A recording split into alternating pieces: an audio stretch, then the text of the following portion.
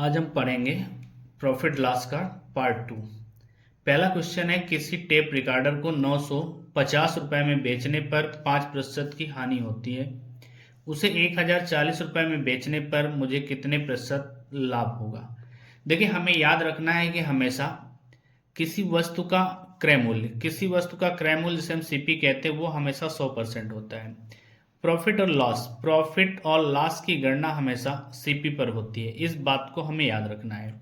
कह रहा है कि 950 रुपये में अगर हम बेचते हैं तो हमें 5% की हानि होती है, तो लाभ और हानि की गणना क्रय मूल्य पर होती है। क्रय मूल्य 100% होता है। अगर 5% की हानि हुई तो हम कह सकते हैं 950 रुपया 95% की वैल्यू है।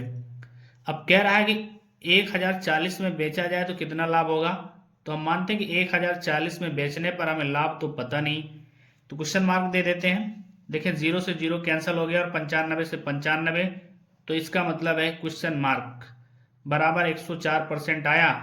तो हम कह सकते हैं कि जो 1040 रुपया था वो 104% की वैल्यू है। अब कह रहा है कितने प्रतिशत लाभ या हानि, तो 100 से अगर ऊपर गया तो लाभ और 100 से नीचे हुई तो हानि, तो प्रॉफिट परसेंटेज कितना हुआ, 4%। नेक्स्ट क्वेश्चन कहता है, एक व्यक्ति ने 12 वस्तुएं 12 रुपए में खरीदकर 1.25 रुपए प्रति वस्तु के भाव से बेच दी। तो देखिए, सबसे पहले अगर एक आदमी ने 12 वस्तुएं खरीदी 12 रुपए में, तो हम कह सकते हैं कि एक वस्तु का जो सीपी है वो कितना है, 1 रुपए है। इस बात को तो क्लियर हो गया कि एक वस्तु हमने 1 रुपए में खरीदी। अब हमने बेचा, जो विक्रय मूल्य है हमारा वो एक वस्तु का विक्रय मूल्य 1.25।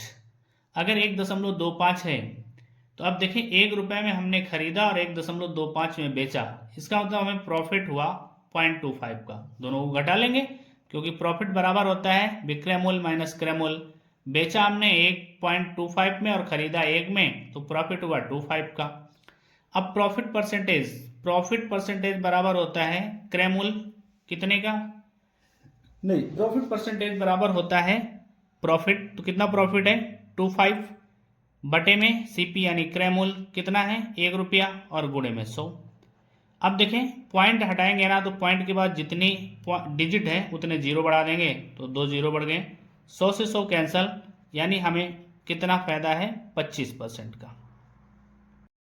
नेक्स्ट क्वेश्चन, एक रेडियो को 990 रुपए में 10% के लाभ पर बेचा जाता है।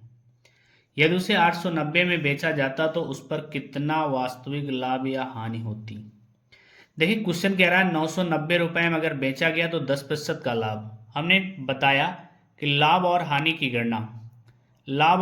की गणना हम हमेशा क्रय मूल्य यानी सीपी पर करते हैं, जो अपने आप में 100% होता है।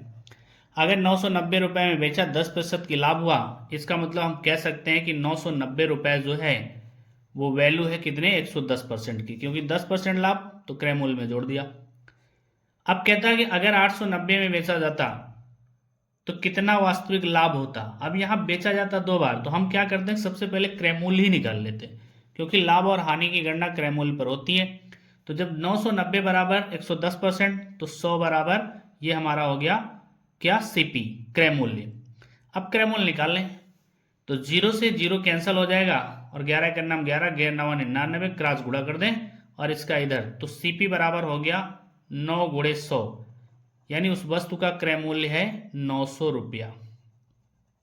अब अगर किसी वस्तु का क्रय मूल्य 900 रुपये है और उसे 890 रुपये में बेचा जाए, तो बताइए क्या होगा, हानि होगी ना, क्योंकि 900 में खरीदेंगे और 890 में बेचेंगे, इसलिए हमें हानि होगी। और कितनी हानि होगी, 900 से हम 890 घटा दें तो बचा 10 रुपए की हानि। नेक्स्ट क्वेश्चन, अगला क्वेश्चन कहता है, रिचा ने कोई वस्तु इसकी सूची मूल्य के 4/5 पर खरीदा तथा इसे सूची मूल्य से 20% अधिक पर बेचा। रिचा का लाभ प्रतिशत क्या है। ये सूची मूल्य एक नया नाम आपने सुना होगा। सूची मूल्य का तात्पर्य होता है अंकित मूल्य, जो किसी वस्तु पर प्रिंट लिखा होता है ना, उसे ही कहते हैं हम सूची मूल्य। जो अंकित मूल्य होता है उसी को हम सूची मूल्य कहते हैं, क्योंकि छूट जो होती है, छूट हमेशा, याद रखें, छूट हमेशा अंकित मूल्य पर दी जाती है और अंकित मूल्य को ही हम सूची मूल्य कहते हैं। अब कह रहा है क्वेश्चन, हमने सूची मूल्य के 4/5 पर खरीदा, तो हम सीपी निकाल लें। सीपी का तात्पर्य क्रय मूल्य। अब अंकित मूल्य, किसी भी वस्तु का अंकित मूल्य भी हमेशा 100% होता है, इस बात को याद रखें। तो अगर हमने 100% की वैल्यू को 4/5 पर खरीदा, 4/5 पर, तो 5 इकन्ना 5, 5 दून 10 या 0, यानी हमने 80 में खरीदा। 80 में खरीदा और कहता है 20, सूची मूल्य से 20% अधिक पर बेच दिया, तो 100 में 20 जोड़ दो, 120 में बेच दिया। जब हमने 80 में खरीदा और बेच दिया 120 में, तो क्या हुआ? प्रॉफिट, क्योंकि प्रॉफिट बराबर एसपी माइनस सीपी। तो कितना प्रॉफिट होगा? 120। 120 से हम 80 घटा दें, यानी 40। 40 का प्रॉफिट होगा। अब कहता है प्रतिशत लाभ बताएं। हमें प्रतिशत लाभ निकालना है। तो प्रतिशत लाभ, लाभ और हानि की गणना होती कहां पर है? क्रय मूल्य पर। तो क्रय मूल्य पर अगर होती है तो देखें, प्रॉफिट परसेंटेज बराबर होगा प्रॉफिट बटे क्रय मूल्य और गुणे में 100। तो 40 एकन्नम 40, 40 गुना 80, 2 एकन्नम 2, 2 पंचे 10, यानी कितने परसेंट का फायदा है? 50% का। नेक्स्ट क्वेश्चन कहता है, ए एक साइकिल बी को 10% लाभ पर बेचता है, बी उसे सी को 20% लाभ पर बेचता है। यदि सी उसके लिए 264 रुपए देता है, तो ए ने वह साइकिल कितने में खरीदी? देखें, कोई भी व्यक्ति अगर किसी वस्तु को खरीदता है तो वो हमेशा 100% होता है, इस बात को याद रखें। जैसे ए ने सबसे पहले खरीदा तो ए का मूल्य होगा 100%। हमें ए का मूल्य भी निकालना है, तो ए को पहले नोट कर लें और ये माने अपने आप में 100% है। बी को बेचा 10% लाभ पर, तो 110 पर बेचेगा। फिर ये बी हो गया। बी ने सी को बेचा 20% पर, 120 पर बेचेगा। अब ए यहां तक बी और यहां तक हुआ सी, और ये वैल्यू है हमारी कितने के बराबर? 264 के बराबर। तो हम 0 से 0 काट लें और इस 0 से 0 कैंसिल कर लें। 12 करना 12, 12 दून 24, और यहाँ 2 12 दून 24, बचता है a इंटू 11/100 और बराबर में 22/1। 11 करना 11, 11 दून 22, क्रॉस गुणा कर लें, यानी a की वैल्यू आई 2 गुणे 100। हम कह सकते हैं कि a ने वो वस्तु खरीदी थी 200 रुपए में। नेक्स्ट क्वेश्चन है हमारा, एक व्यक्ति ने एक वस्तु 20% हानि पर बेची। यदि वह उसे 200 रुपए ज्यादा में बेच पाता तो उसे 5% का लाभ होता। वस्तु का लागत मूल्य कितना है?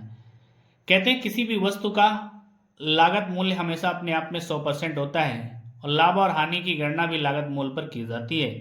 कह रहा है कि 20% हानि पर बेचा, इसका मतलब है कि हम 100 में 20 को घटा दें तो कितने पर बेचेगा? 80% पर। अब कहता है नहीं, ऐसा ना करता, 80% के साथ साथ 200 रुपए और बढ़ा दे, इसमें 200 रुपए और जोड़ दें, तो अब ये वाली अमाउंट हमारी लाभ के बजाय, यानी हानि के बजाय लाभ में बदल गई। और कितने लाभ पर बदला? 5%। तो कितना हो गया? 105%। अब देखिए परसेंटेज को एक तरफ कर लें अगर, तो 105% और माइनस, इधर प्लस में इधर जाएगा माइनस 80%, बराबर हुआ 200। अब 105 से 80 अगर घटाएंगे तो हो जाएगा 25। 25% बराबर कितना है? 200। तो 25 से करना 25, 25 अट्ठे 200, यानी 1% की वैल्यू कितनी आई? 8। तो कहता है लागत मूल्य बताएं। लागत मूल्य मतलब सीपी। सीपी अपने आप में कितना होता है? 100%। तो 1% की वैल्यू 8, तो 100% की वैल्यू 100 से गुणा कर दें, यानी वस्तु का लागत मूल्य हो जाएगा 800 रुपए।